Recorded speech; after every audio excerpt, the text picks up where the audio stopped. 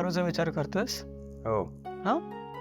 I mean सकाळी जी पूजा झाली त्याचाच विचार करतो. मी पण तुम्ही दोघं छान दिसता एकत्र. हा म्हणजे एकदम खरं जोडपं असल्यासारखं वाटतं. छान कॉम्प्लिमेंट करता एकमेकाला. अरे तुझ्यासाठीच चालू आहे ना हे सगळं नाटक. हा पण सगळंच नाटक आहे की काय? I am not sure. म्हणजे तुम्ही दोघं छान दिसता एकत्र. कधी कधी तर ना तुम्हाला खरंच दादाबाईंनी म्हणावंसं वाटतं मला. प्रीतम सब विचारही आणू नकोस मनात, कळलं का? तिला हे सगळं नाटक करताना किती त्रास होतोय हे माहितीये तुला? नवरा बायको म्हणून पूजा करताना तिला किती त्रास झाला असेल. एक्झॅक्टली हेच तर बोलतोय मी. अरे तू काळजी करतोस तिची.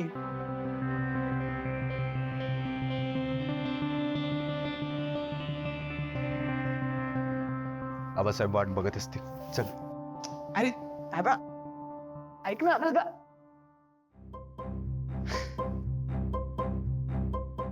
मान्य कर नाही तर नको करूस. पण तुम्ही दोघं खूप मनापासून पूजेला बसला आता. अगदी खऱ्या जोडप्यासारखं. Made for each other. अरे पारू तर बेस्टच आहे ना. पारू जर माझी बहिणी होणार असेल ना मला चालणार आहे बाबा.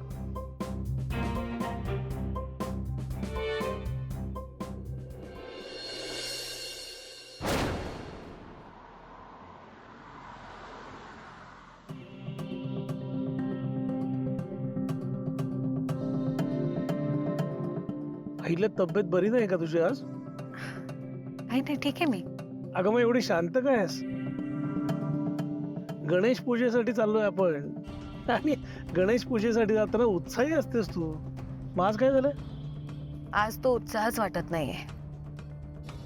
आदित्य आणि प्रीतमची आठवण येते रे. मला पण येते ग खूप. हा पहिला गणेशोत्सव असेल ज्या वेळेला आपली दोन्ही मुलं इकडे नाहीयेत. ते पण मिस करत असतील ना रे हे सगळं. नक्कीच करत असतील. आणि आदित्य तर खूप मिस करत असेल. तो सुद्धा केवढा उत्साही असतो ना गणेश पूजेसाठी. लहानपणापासून प्रत्येक वेळेला आपल्या बरोबर तो असतोच असतो. तुला आठवतंय एकदा गणेशोत्सव असा तोंडावर आला होता आणि तापानं फणफणला आदित्य. ऍडमिट करायची वेळ आली होती. डॉक्टरांनी तर रेस्टच घ्यायला सांगितली होती. हो आणि त्यावर्षी गणेशोत्सव साजरा करायचा नाही असं आपण ठरवलं होतं. रात्रभर आपण दोघंही त्याच्याजवळ बसून होतो. पहाटे कधीतरी माझा डोळा उघडला, बघतो तर आदित्य शेजारी नव्हतं ग. केवढा घाबरलो होतो माहितीये मी. सगळं घर बघितलं. शेवटी हे महाराज कुठे सापडले? गणपतीची आरास करत होते. आणि प्रीतम त्याला मदत करत होता. असाच आहे आपला आदित्य. पण श्रीकांत मी ठरवलंय इथून पुढे दरवर्षी गणेशोत्सवासाठी आपण सगळ्यांनी एकत्र यायचं. म्हणजे कामासाठी जगाच्या पाठीवर आपण कुठेही असलो तरी किर्लोस्कर कुटुंबानी गणेशोत्सव एकत्रच साजरा करायचा. वा, तर खुद्द अहिल्या देवींनीच ठरवलंय म्हटल्यानंतर तसंच होणार ना. नक्की.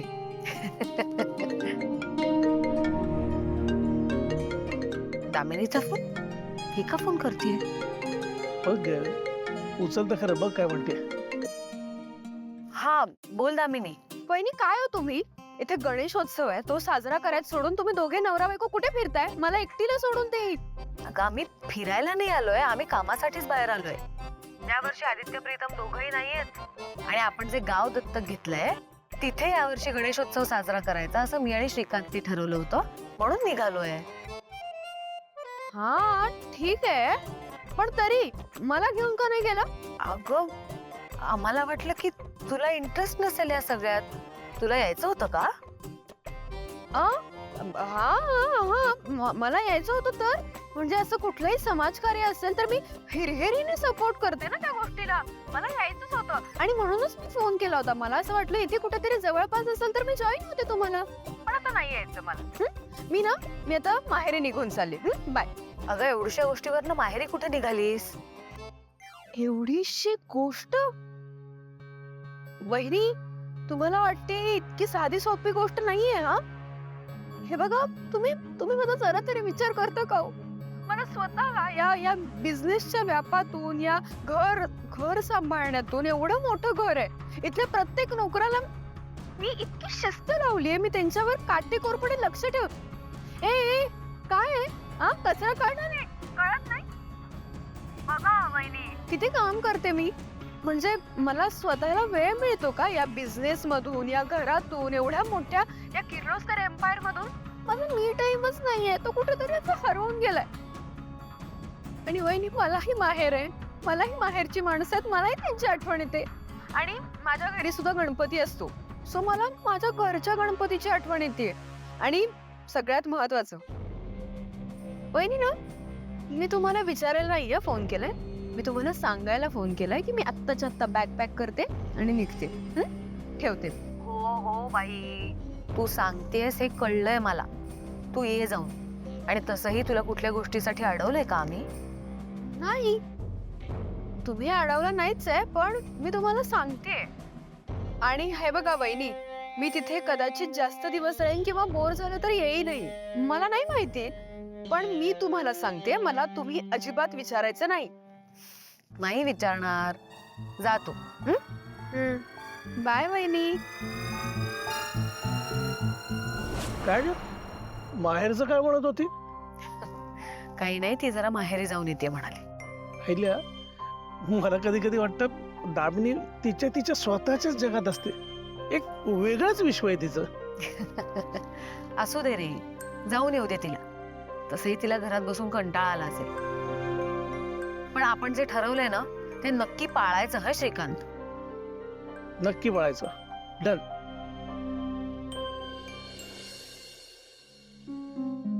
प्रिया, चल उठ, पटकन आवरायला घे. भाई, अरे केवढी घाई चालली तुझी. चक्क आज तू घरातल्या कामाला हात लावतोय. आबासाहेब सांगतील तुला सगळं. उठ पटकन आवर, चल.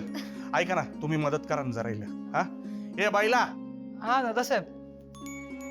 ते आज गोठ्यातलं दूध डेअरीत द्यायचं नाही, सगळं इथं घरात वापरायचंय. काय? बरं. हा, मंदा मावशी, हा दादासाहेब. तुम्ही जरा आज बासुंदी करा पाहुण्यांसाठी. होय. चहात ठेवून जाऊ दे. जा पटकन. आदिनाथ, वय आबासाहेब. शेताकडे जाऊ नको, घरातच गरज आहे तुझी. वय चालतंय. आबा, काय झालं? नाही म्हणजे कुणी पाहुणे येणार आहेत का घरी? होय. पार्वती, प्रियाला आत घेऊन जा आणि तिला छान साडी नेसवणी छान तयार कर. आबा, पण नेमकं एवढं येणार कोण आहे?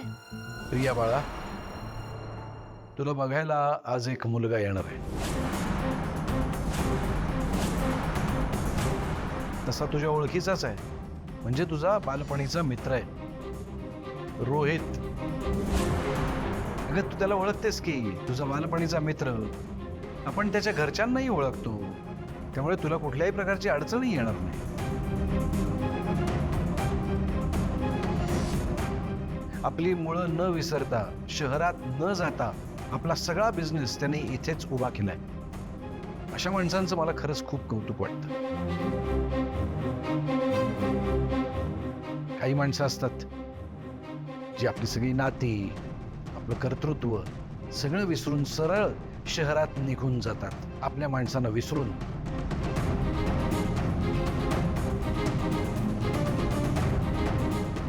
प्रिया, रोहित तुला नक्की खुश ठेवेल. इथे गावात तुला जे काही हवं ते सगळं उपलब्ध करून दे. पण लग्नाची एवढी गडबड कशाला आबा? बाळा, या गोष्टी वेळेत झालेल्या बऱ्या असतात. बापाच्या खांद्यावरचं ओझं थोडंसं कमी होतं. तू काळजी करू नकोस, तुला हे स्थळ नक्की आवडेल. तुझं शिक्षण, तुला जे काही आयुष्यात करायची इच्छा आहेत, स्वप्न आहेत, ते सगळं तुला करता येईल याची खात्री आहे मला. आणि त्यांना हे सगळं मान्य आहे.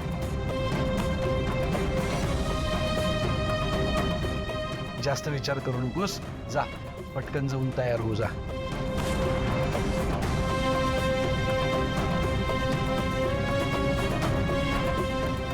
प्रिया बाळा, जा. पार्वती,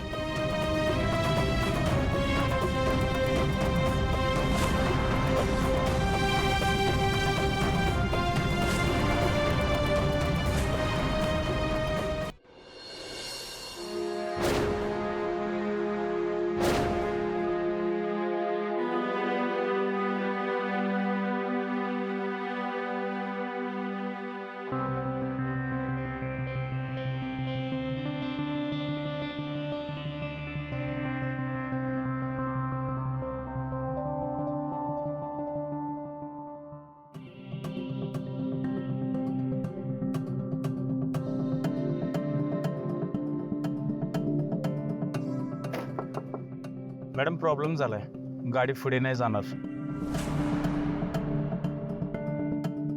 मूर्ख आहेस का तू? अक्कल नाहीये तुला? घरून निघताना चेक नाही करता आली का गाडी? आता या अशा गरमीत या गाडीत बसून राहू का मी? तू ना एक काम करायचं, माझी बॅग काढायची. चल. इथे कुठे आली मी या गावात? या देशाच्या नादी लागले. मीच मूर्ख आहे, देशाच्या नादी लागून इथे येऊन फसलीये. आता काय करू मी? नेटवर्क पण नाहीये. ओ हो दादा, दादा, ओ दादा, अहो काय करताय? तुम्हाला ऐकू येत नाहीये का? मी हाक मारते ना तुम्हाला. बर काय बोला. मला सांगा, या गावात सगळ्यात श्रीमंत माणूस कुठे राहतो? हे बघा, श्रीमंताचं काय मला माहित नाही, पण मनाने श्रीमंत असलेला एकच माणूस आमच्या गावात राहतो, ते म्हणजे आमचे आबासाहेब सयाजीराव भोसले. बरं बरं ठीक आहे.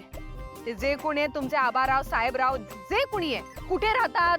म्हणजे बघा, काय करताय दादा? अहो तुम्हाला पत्ता सांगतोय ना का? आता बघा, पुढे बाबुरावचं शेत लागल. कोणाचं कोणाचं? बाबुरावचं. तिथून पुढे खाली खाली चालत जावा, त्यानंतर तुम्हाला पिंट्याची विहीर लागल. पिंट्याची विहीर. तिथून सरळ एक पायवाट गेली, पण तुम्हाला नाही झेपायचं. हो, काय बोलताय कळताय ना? तुम्ही सरळ चालतच जावा, तासाभरात पोचाल. झालं ना तुमचं सांगून? चला निघा. काय करताय? सांभाळून.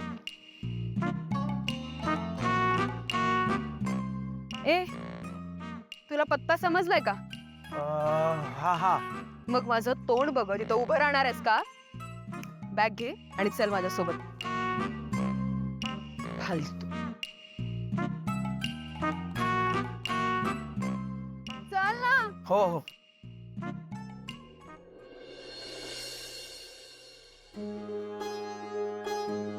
हे मॅडम, ओ प्लीज रडू नका. रडू नाही तर काय करू बघ प्रीतम सर. काय चाललंय हे सगळं? कालपर्यंत तर सगळं व्यवस्थित होतं आणि असे नवीन काय सुरू झालंय? नाही नाही, मला काही माहित नाही. मी तुमच्याशिवाय दुसऱ्या कोणासोबत लग्नाचा विचारही करू शकत नाही. हो हो प्रिया मॅडम, माहिती आहे मला. तुम्ही प्लीज शांत व्हा. हा चिल. ऍक्च्युली ते सगळं जेव्हा ऐकलं तेव्हा मी पण पॅनिक झालो होतो. आता आबांसमोर आपण काय बोलणार? आणि आपण या सगळ्याला थोडं पॉझिटिव्हली बघूया ना. हा, आता फक्त तो मुलगा तुम्हाला बघायला आला, अजून तुमचं लग्न नाही जमलंय. आता तुम्ही जा, थोडं बोला त्याच्याशी आणि मग आबासाहेबांना नकार देऊन टाका. सिंपल. हे शक्य नाहीये प्रीतम सर. बाबा यावेळेस मागे हटतील असं वाटत नाही मला, आणि मुळात त्यांचा शब्द ओलांडण्याची हिंमत आमच्या कोणातच नाहीये. मुळात मला त्यांचं मन दुखावून काहीच करायचं नाही. बराबर बोलतायत प्रिया मॅडम. प्रीतम सर, तुम्ही हे विसरू नका की आपण इथं प्रिया मॅडमच्या घरच्यांचं मन जिंकायला आलो. प्रिया मॅडम, हे बघा, आमचं इथं येणं, तुमच्या घरच्यांचं मन जिंकणं, हे आधी आम्हाला अशक्य वाटत होतं. आता आबासाहेब आम्हाला तुमच्याच घरातला एक सदस्य मानायला लागलेत. आम्ही जर का आबासाहेबांना दादासाहेबांचं मन वळवू शकतो, तर त्या मुलाचं बी मन वळवू शकतो. हे बघा, ही तुमच्या दोघांची सुरुवात आहे.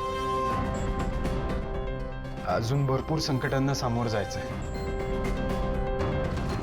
त्यामुळे प्लीज तुम्ही दोघं हिंमत हारू नका आणि आणि काही झालं तरी आम्ही आहोत ना.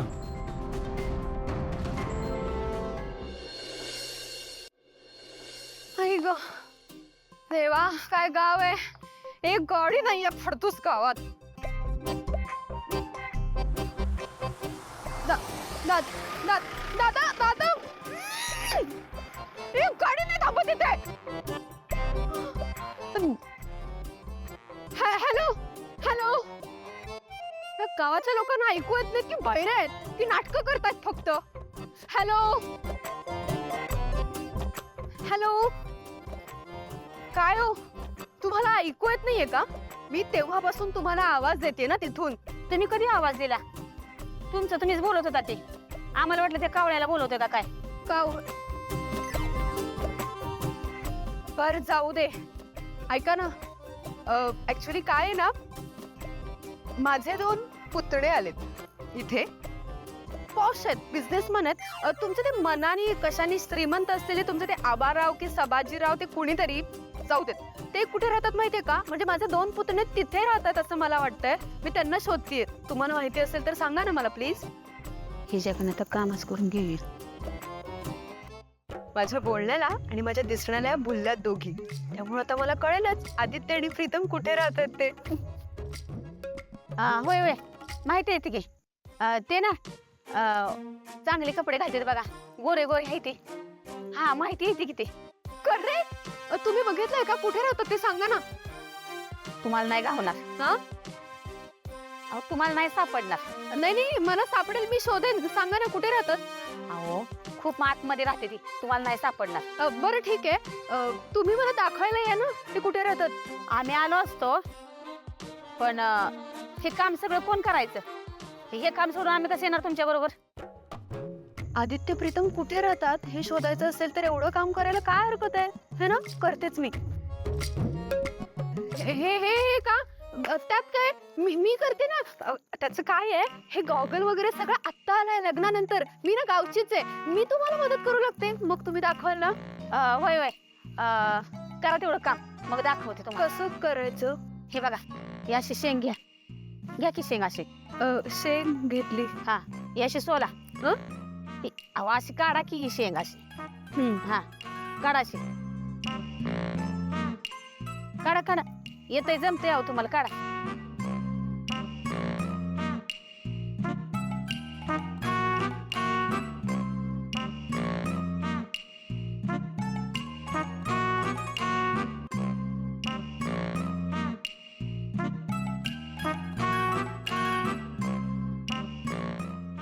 खूप काम केलंय मी. आता तरी मला सांगा कुठे राहतात ते दोघे. झालंय ना हो आता तेवढं काढून. हा, मग आता सांगते. त्या रस्त्याने सरळ जावा आणि त्या साईडला वळा, आणि तिथं पुढे गेले का नाही, 12 माणसं आहे ते, त्यांना जाऊन विचारा. काय? अहो, मग मला इथे का थांबवलं?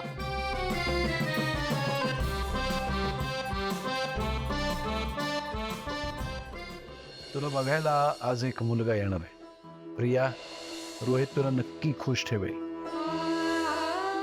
बाबा यावेळेस मागे हटतील असं वाटत नाही मला, आणि त्यांच्या शब्दाविरुद्ध जाण्याची हिंमत आमच्या कोणातच नाही.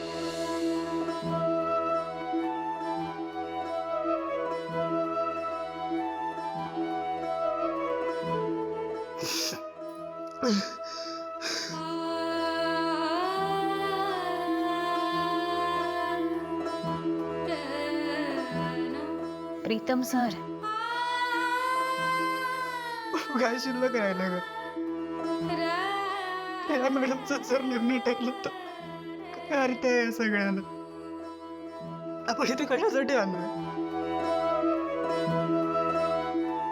आबासाहेबांच्या पुढे कोणी काय बोलणार, बरोबर ना? त्या आतमध्ये ना मी वर तोंड करून प्रिया मॅडमला सांगत होतो की शांत व्हा, आपण सगळं नीट. आता मी किती तुटलो कोणाला सांग. सर तुम्ही नका ना रडू. तुम्ही शांत व्हा, आधी स्वतःला सावरा. अरे हे बघा, तुम्ही जसं धीर सोडलात तर कसं जाणार? काय करू? कसं शांत राहू? आता आता कुठे मला असं वाटत होतं की माझं लाईफ जरा ट्रॅकवर येतं, सगळ्या गोष्टी सॉर्ट आउट होत आहेत. ते तू माझ्या आयुष्यात आलीस आणि मला कळलं की मैत्री काय असते. प्रिया मॅडम माझ्या आयुष्यात आली, मला कळलं प्रेम काय असतं. बदललेला प्रीतम तुमच्यामुळे आहे ना. मला जी काही नवीन आयडेंटिटी मिळाली पण तुमच्यामुळेच आहे ना. कसं यार पारू